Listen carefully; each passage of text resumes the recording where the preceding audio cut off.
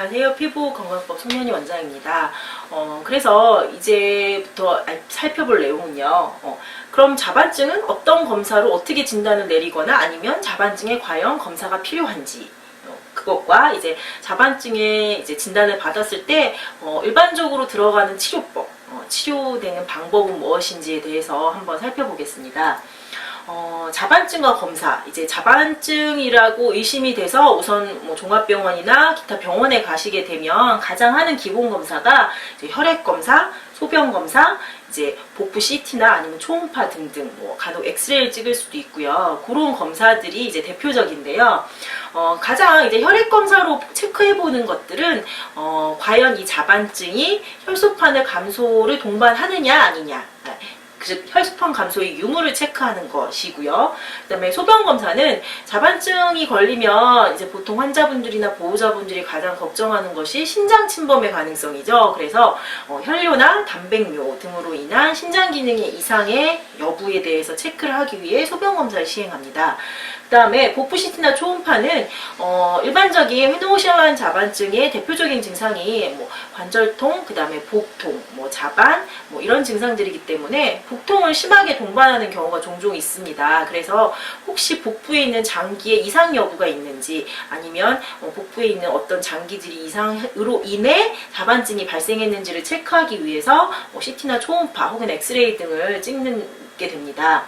하지만 맨 처음에 말씀드렸다시피 자반증이란 이런 검사를 통해서 이상이 발견되기도 하지만 대부분은 발견을 할 수 있을 만한 체크될 만한 증상이 없습니다. 즉 자반증이란 검사로 진단을 내리는 질환이 아니라 임상적인 증상으로 인해서 진단을 내리는 질환이라고 생각하시면 되고요.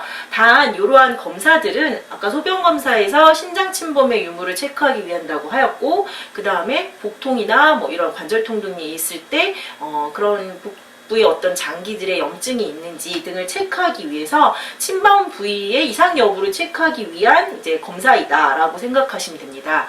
그리고 간혹 심한 경우 뭐 스테로이드에 반응을 하지 않거나 뭐 이럴 경우 조직 검사, 환부를 이제 떼어내어서 조직 검사를 하는 경우가 있는데요. 이런 경우도 이제 자반증이다 아니다라는 진단을 내리기보다는 이제 이것이 혈관염인지 혹은 피부의 염증으로 인한 증상들인지를 체크하기 위한 증상이다라고 생각을 하시면 됩니다.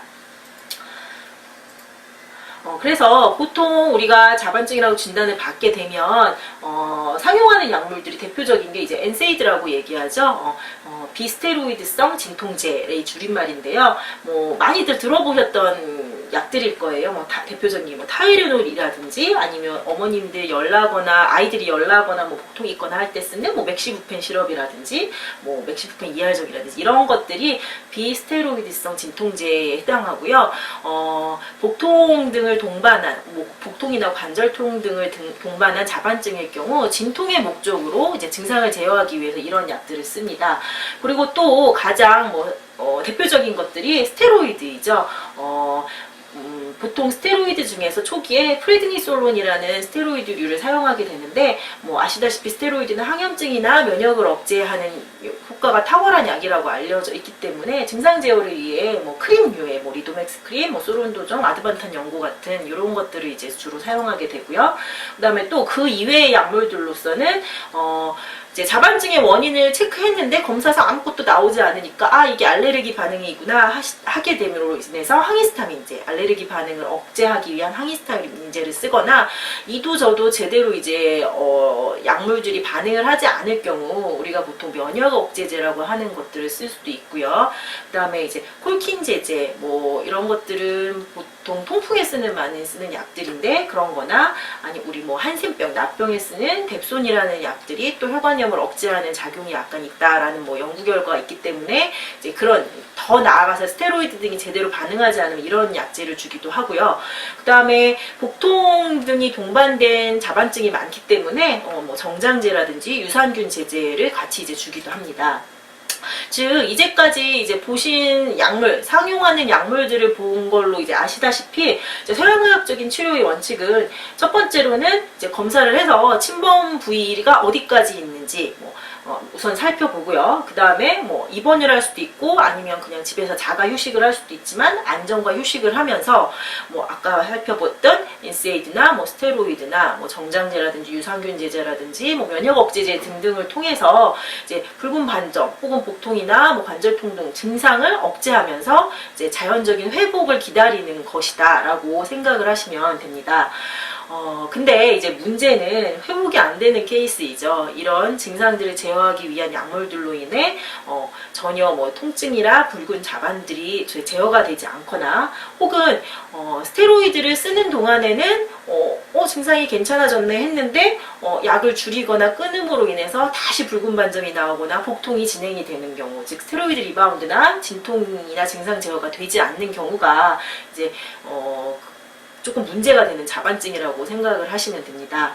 그래서 보통 이제 한의원에 자반증 치료를 위해 내원하시는 분들은 초창기에 붉은 반점이 나오자마자 오시는 경우보다는 대부분 종합병원이나 기타 이제 다른 치료를 받아보신 후에 이제 아까 얘기한 것처럼 스테로이드로 진정이 안 되거나 진통이나 증상 제어가 안 되거나 아니면 리바운드 현상을 경험하거나 함으로 인해 이제 오는 경우인데요. 이제 저희한테 오시는 경우를 대표적으로 이제 오시게 되는 히스토리를 쭉 적어보면 여기 있는 대로 자반증이라는 병명이 나와 입원 치료를 하고 퇴원을 하고 일주일 만에 재발을 하고 또 재입원을 하고 퇴원을 하지만 또 재발하고 이렇게 해서 오시는 경우이죠. 혹은 뭐 피검사, 소변검사로 알러지성 자반증이라고 진단을 받았고 면역력을 떨어뜨리는 약이라고 얘기하면 보통 스테로이드죠. 그런 것들을 썼는데도 약을 먹음에도 불구하고 뭐 많이 뛰어놀거나 저녁이 되면 발목 손등이 붓고 또 다른 자반증이 나오고 이러므로 인해서 즉 증상을 제어할 수 있는 치료법 스테로이드나 NSAID 등등으로 제대로 치료가 되지 않기 때문에 이제 근본적인 치료를 위해서 한의원에 내원을 하시게 됩니다. 그리고 다음번에 살펴볼 내용들은 그렇다 하면 이러한 경우에는 어떻게 치료를 원칙을 세워야 하고 어떻게 치료를 해야 될지에 대해서 말씀을 드리겠습니다.